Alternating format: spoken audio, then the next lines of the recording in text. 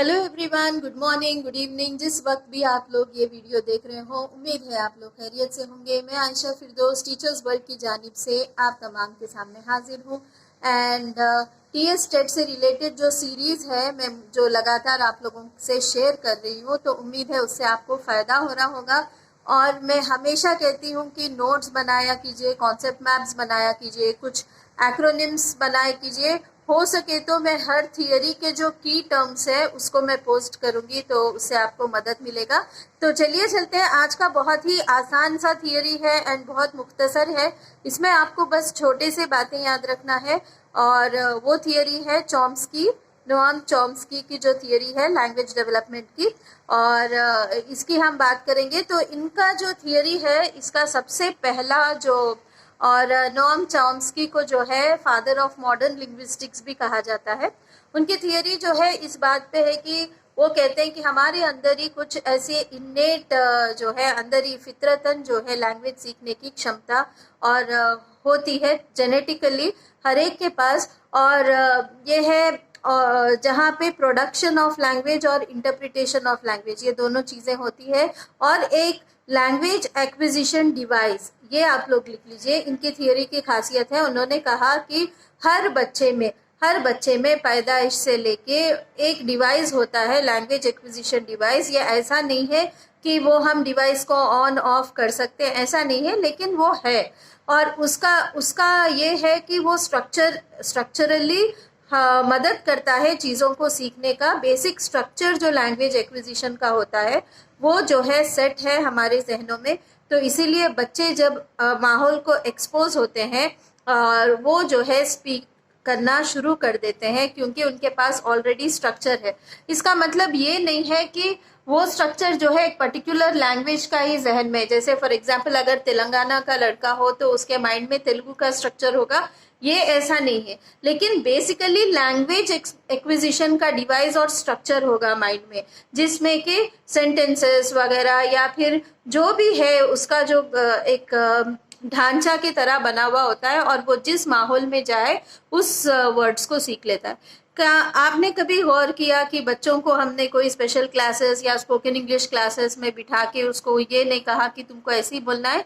2 साल की उम्र से जो है बच्चे वैसे तो शुरू से ही बोलते हैं, लाइक 2 लेटर वर्ड्स, फिर बाबा मामा ऐसे जो है साउंड्स, फिर बैबल करते हैं, उसके बाद से देन दे स्टार्ट स्पीकिंग। और उन लोगों ने कोई ग्रामर क्लासेस भी अटेंड नहीं किए। Then how is that they learn? ठीक है, आप सडनली एक तेलुगु स्पीकिंग लड़के को या फिर अरबिक स्पीकिंग छोटे से बच्चे को कोई और माहौल में रखें, तो स्लोली टाइम के साथ साथ वो लैंग्वेज भी सीख लेगा। क्यों ऐसा होता है? क्योंकि उनके थियरी के हिसाब से, जो कि बहुत ही ज़्यादा मानी हुई थियरी है, एंड यूनिवर्सल ग्रामर का भी उनका एक कॉन्सेप्ट है।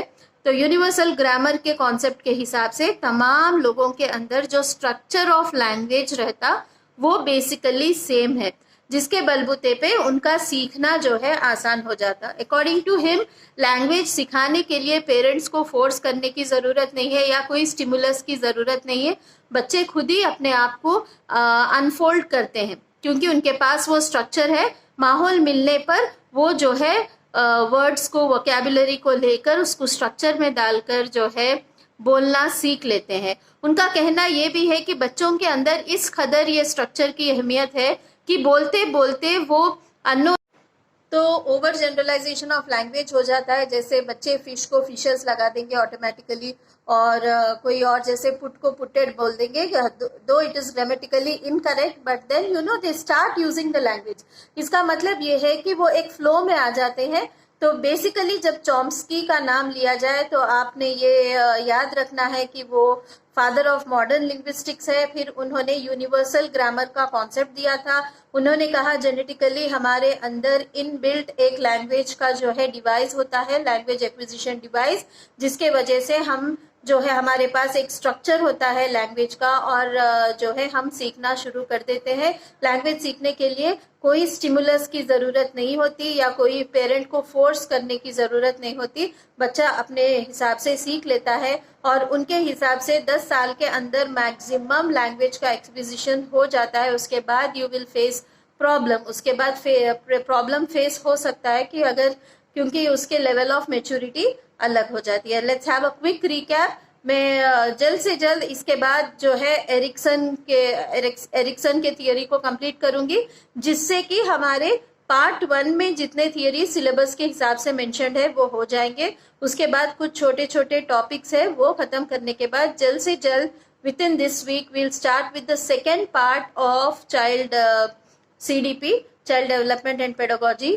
Okay, so PDF मैंने अटैच कर दिया है, आप नोट्स देख लीजिए। बेसिकली ये 4 पॉइंट्स अगर आप अच्छी से याद रख लेंगे तो चॉम्स्की से रिलेटेड सवाल आएंगे। फिर मैं लैंग्वेज डेवलपमेंट, लैंग्वेज पेडागोजी का जो इंग्लिश का जो पेडागोजी होता है उसके अंदर मैं फिर से इसको डिटेल में लेकर जाऊंगी। फिलहाल के लिए happy learning, take care, signing off, Ayesha फिरदौस।